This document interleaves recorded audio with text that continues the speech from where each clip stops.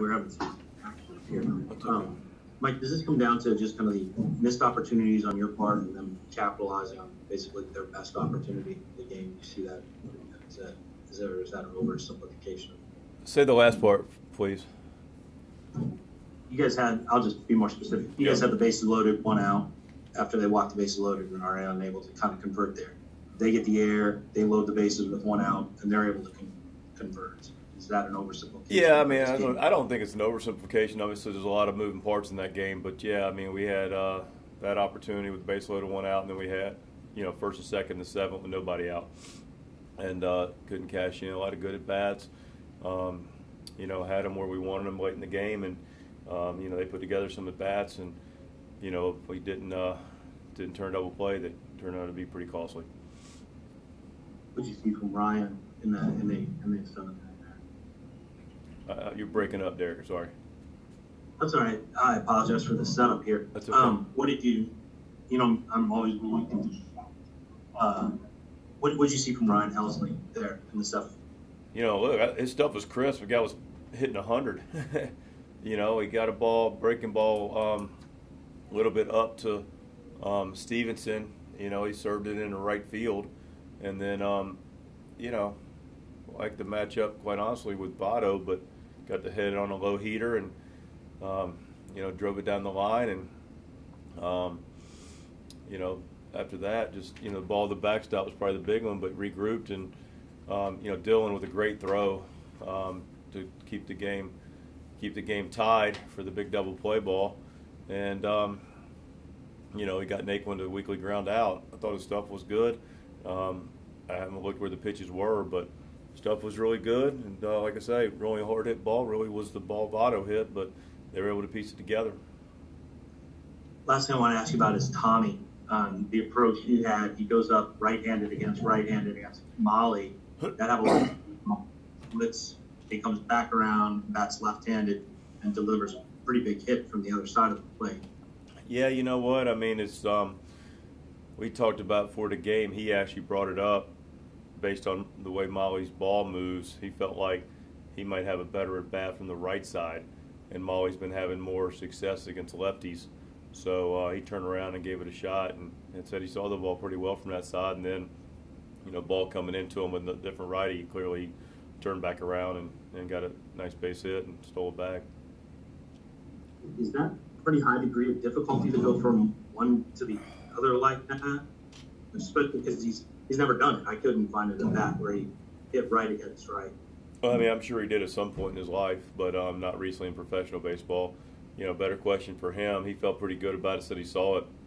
I don't know that he'll get in the habit of doing it, but he did it based on, I applaud him for looking to prepare and compete that way and feel like that was his best chance. So, based on the way Maley's ball moves. Zach Silver.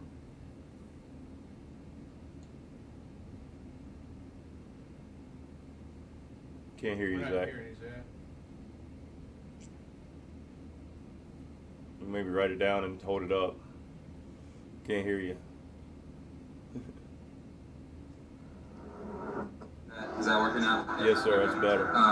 Got a lot of feedback, but mention the how much just you've seen them from the outfield a lot of Dylan's throw, Tyler's catch. How much is that just such an essential part of a game like this that's so up and down that's able to keep you guys in there fighting and give you guys a shot every chance to play?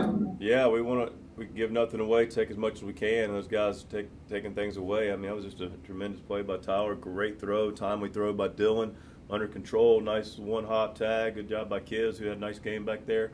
And swung the bat well. Being able to play good defense is critical for our club to be successful, and they both made big time plays for us. What unfolded for you in that umpire review? Is that something you asked them, that there was a ball that was missed, a foul ball that was called a ball? Is there anything that you kind of saw that you're able to share, like what unfolded from your vantage point? Yeah, you know what? I mean, during the at bat, it was, it got away from everybody, but a little bit. But thankfully we caught it. But I remember the foul ball that Naquin hit that popped out of Kiz's glove, and going like, man, because in my head there was 2 strikes when that happened, And then I should have trusted myself a little more initially because I looked up the scoreboard, had 1 strike, and they made it 2 strikes. So the scoreboard was clearly wrong. And then it just didn't feel right.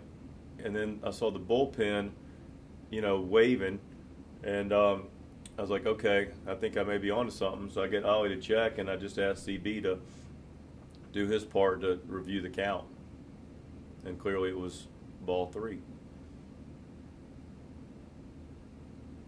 And last one real quick.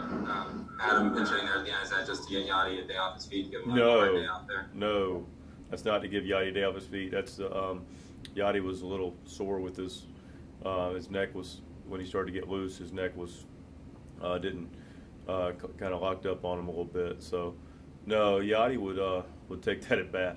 That's not he's always available to compete and give us a chance, but he went down to hit in the 7th into the 8th, and his neck locked up on him a little bit.